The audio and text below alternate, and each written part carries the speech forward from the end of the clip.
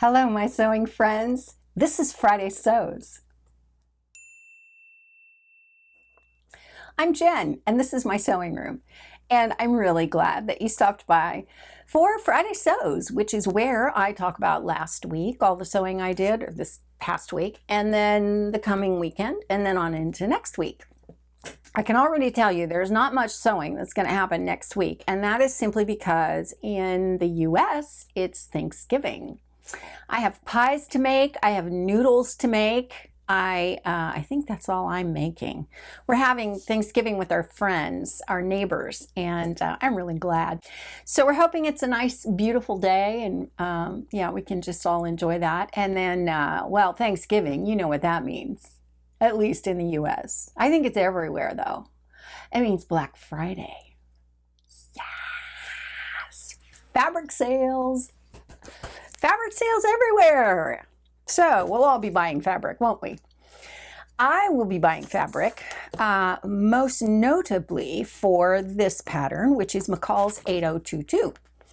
And it is the cutest little tunic dress, kind of like an extended sweatshirt, and it just looks so comfortable and so easy, and I want French terry. And so I found some, but I haven't ordered it yet. So I will be ordering that. And the reason I'm going to make this is because I'm doing a collaboration with Emily from SoCal Socialite. She does indeed live in Southern California. So she's a SoCal girl. And we've just been talking and we decided, you know what? We should do a collaboration. And so we have been talking and we have a project going, so I'm excited to share that with you. She'll do a video, I'll do a video, and we will talk about the project. So this is going to be part of that. So yeah, I need that fabric. I will probably try and make this next weekend because I think Black Friday is going to be mainly online because everybody's going into lockdown again. And then Cyber Monday is going to be amazing. So yeah, let me tell you about what I worked on this past week. Two things were a bit of a challenge. And then the last thing was a breeze because you know what? When I was younger and my kids were little and even in high school and I worked, I didn't have time to sew all day. And I used to dream about being retired or being at home and not having to work, not having obligations, and just being able to go in and sew all day.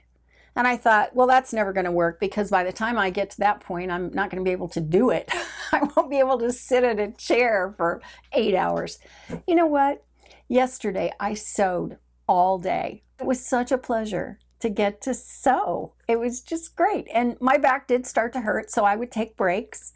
But let me start out with that. That was Simplicity 9059, and it is made from chiffon, and it does not call for chiffon on the pattern envelope. But I just thought where I live, that would be a really nice, I don't know, think out of the box kind of thing, you know? So I have resolved that I hate chiffon. I never want to work with chiffon ever again. And that I think chiffon was probably invented in hell. Yeah. Not for me. No, I'm not a fan of chiffon now. But I love the way it looks. And I have to say that I conquered it. Yes.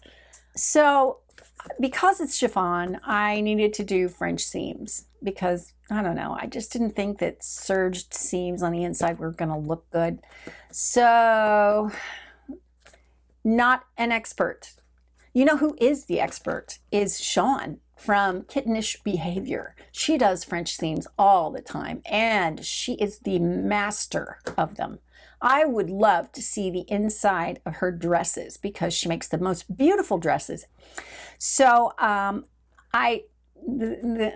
my best work, but it turned out really nice. And I put it on, my husband loves it. So I think, yeah, the pattern is not difficult at all. The hardest thing is the front band. And that's, you know, read the directions and it's not hard. It has some pleats or tucks in the front, and that little tie was easy to do. I didn't do it like the pattern said that you should. Of course not. I attached it at the end when I was all done, but that band was a problem with that chiffon. And then also trying to do it with French seams was another problem. So anyway, it's all done. I don't want to work with chiffon again, but I can recommend this pattern because I think it turned out really cute. So that was McCall, or Simplicity 9059. McCall 7131. Let's talk about that. This is culottes in several different lengths. And I made the maxi, and I made it out of fabric from Minerva, which I have got to rave about this stuff. It's cotton lawn, and it took all of the abuse that I threw at it beautifully. It was wonderful. It washed up beautifully. It, you know, every time I would, this has pleats, and so anytime I would press pleats into it, it just did exactly what I needed for it to do. This pattern has pockets in the front and pleats, and so, and then in the back, you make 4 casings and you use 3/8 of an inch elastic. Now, I like that a lot because I think it gives you a more even gather on the back. And just the fact that you put elastic in the back of the waistband and leave the front flat is so flattering, because you don't have to mess around with the zip. It's just so easy. And the pattern says easy, and I can vouch for that. It is easy. Well, McKenna and I needed to meet halfway between where she lives and I live. So she tried them on, and they didn't fit, and they were just pulling funny, like in the crotch. And I thought, oh man, and this is the classic why don't the pants fit kind of problem. And you know, she doesn't live here. It's not like I can go to the trouble to make a toile or a muslin or, you know, whatever, try and fit that, because pants are tricky.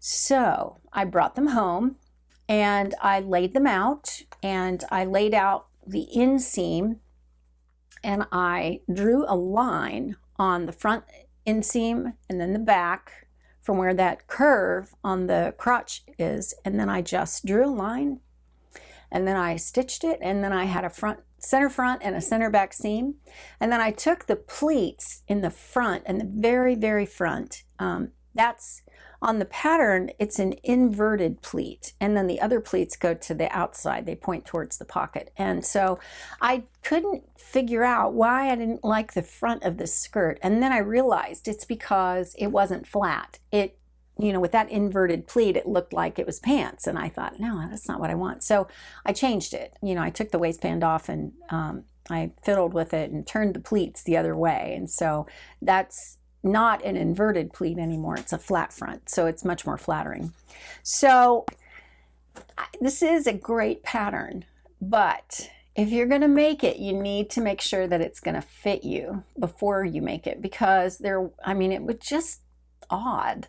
It was like it pulled funny, and I don't think it's because it wasn't the right size. They fit her okay, but they just pulled kind of, I don't know. It was wrong. So it works to make them a skirt. I think that's an easy thing to do anytime you have pants that don't fit, and they are full enough where these were, that you have a lot of fabric to work with. So when you pull it into a skirt, you're going to be okay. So that was McCall's 7131. That was kind of a win in the end. It's not supposed to be a skirt, but oh well. The last thing I want to tell you about is Simplicity 9107. I asked McKenna if, I said, I'm going to make you a t-shirt to go with this skirt, so what would you like? And she picked up this one, and I thought, oh, that's going to be pretty. Now, I was thinking that she would want a knit, just a basic t-shirt, and she said, no, I like this one. And so this calls for wovens. So I thought, what am I going to use for this? And I asked her about colors, and she said, I don't have an ivory t-shirt in my wardrobe, so why don't you do it out of that? And I said, okay. I was getting ready to go to Joann's thinking I don't have any of that color knit. And then I realized I had this. This is a bamboo sheet that was falling apart. And you can even see on here where I marked it so that you could see where the flaws, where I drew little circles around. And I had to play Tetris a little bit with the pattern pieces, but this is so drapey and so soft. I always buy rayon sheets, and they don't last terribly long. I mean, I buy them probably once or twice a year. But oh my gosh, you can have satin, you can have microfiber. Give me bamboo, because it's a natural fiber. And you know, this isn't the microfiber bamboo. This is the real bamboo, which essentially is rayon. So this top is a thing of beauty. Oh my goodness, the drape, the way that it behaved when I was sewing it. You know, I cut it out yesterday, probably late morning, and I was done with it by about 7:30. And it just turned out so beautifully. And I showed it to McKenna. I took a picture and I sent it to her, and she said, "Oh, I love that." And I said, "Me too. It's so pretty." And she said, "Do you want to keep it?" And I said, "No, I made it for you." So she was really happy about that. So I will make this pattern again because it's so easy. I mean, it's just a t-shirt. The hardest thing was that curved hem on the side. And what I found is the way that I get around that is to stitch at 5/8 of an inch from the edge. And then when I go to my iron, I just turn it under on that stitching. And that's so helpful. I don't know why that works so well. But then when I went to turn it under again, because it's a narrow hem, I took my pins and I stuck them through the fabric right down into my ironing board. So they were standing straight up. And I did them really close together. And then I pressed them. I pressed the fold with or the hem with the pins in it. I just pushed the heads of the pins away from the iron, and that worked beautifully. So when I went over to the sewing machine, I don't pin usually narrow hems, maybe at the beginning and the end, but I generally don't stick lots of little pins in there. I just think, no, it's too much trouble. And I don't use a rolled hem foot because I know everybody says you can conquer that, and okay, I'm lumping it right in with chiffon because I can't do it. I don't know what it is. I must have a mental block. But anyway, it does have a back yoke and then pleats. Because it was a yoke, I wanted to do the burrito method and get that clean finish on the inside. So you don't see the shoulder seams and you didn't see the back yoke seam. And it doesn't call for that, but I cut 2 of the yoke and I thought, okay, I can do this.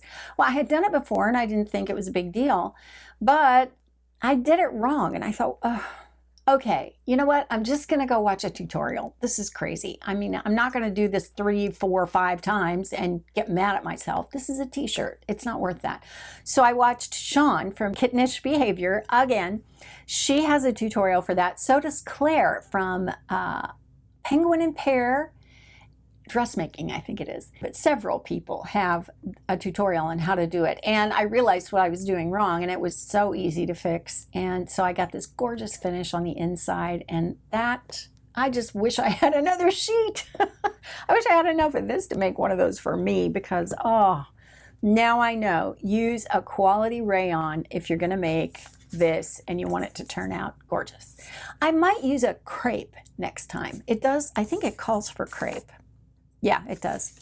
So yeah, highly recommend the pattern. It was easy. It turned out beautifully. It's cut nicely. And so Simplicity 9107. So I think that's everything I wanted to tell you about. Last thing is Sunday Live. This Sunday at 3 p.m. for me. And I live in the Eastern Standard Time Zone. So if I can figure this correctly, in England, in the UK, it's going to be 3 o'clock, 9 o'clock in the evening. So hopefully you'll be up and your kids will be in bed and you haven't collapsed, because I go to bed at about 9:30, 10 o'clock these days, but I'm up really early. So yeah, I tried to do it so that I could catch mostly everybody. On the west coast of the US, that will be noon. And then on Australia, if you really want to join in, it's about 6 o'clock in the morning. If I remember right, it's 3 and then 12 and then 3 more hours. So I think it's 15 hours ahead that they are. So it would be 6 o'clock Monday morning. But yeah, I'm excited. We're going to do a little Christmas gift, and here's what you need. You're going to need a pair of jeans that you don't care about that you can cut the legs off of. And all the, general stuff like a sewing machine, scissors, tape measure would be good, although I don't know that you're going to need it. But a straight edge maybe, I don't know. I think, something to mark with if you've got that laying around. I mean, this is very quick, easy project, and it's a Christmas gift for the gardeners in your life. If you have a little plant, like a little house plant or a little herb or something, I'm going to use herbs, that would be good too. So you can probably figure out what it is from there, but I'll make it a surprise. And yeah, we're going to do that together. I'm going to set my sewing machine up here on my table. Yeah, and we're going to do that. So it's going to be great. I can't wait to see all of you and to be talking to you in real time. So that's going to be wonderful. Okay, that's it for now from me. Have a great weekend. If I don't see you Sunday, have a great Thanksgiving Day. It's a good day to be thankful, and I am so grateful for my amazing life now. So anyway, I will see you next time. Thanks for watching.